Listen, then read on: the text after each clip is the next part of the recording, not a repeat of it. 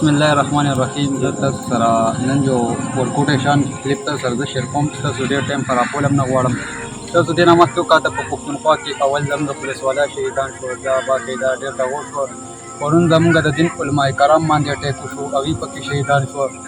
دا زموږ نه د سیاسي اختلاف خبره ده د سیاسي پاټو خبره نه دا باقاعده زموږ یو اسلامي ملک دی دا خبره د په دې تور کوم د مسلمانې په تور کوم چې موږ ټول مسلمانان یو څو کاته د 9 مای واقع شو په هغې باندې دومره مزاحمت شو په یو ورځ کې 1100 کسان ګرفتار شو خو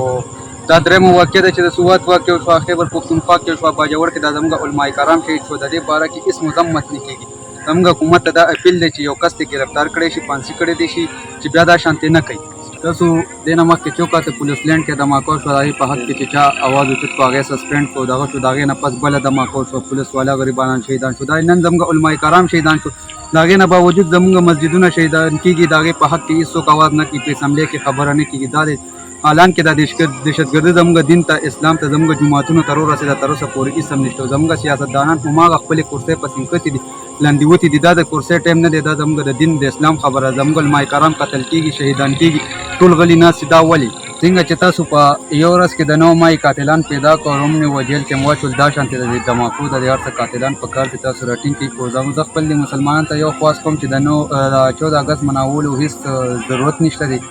هېڅ چانس یې نشته چې ګوره موږ دا کم حال دی نو دې کې موږ 14 اګست دپاره مناولو دپاره تیار نه یو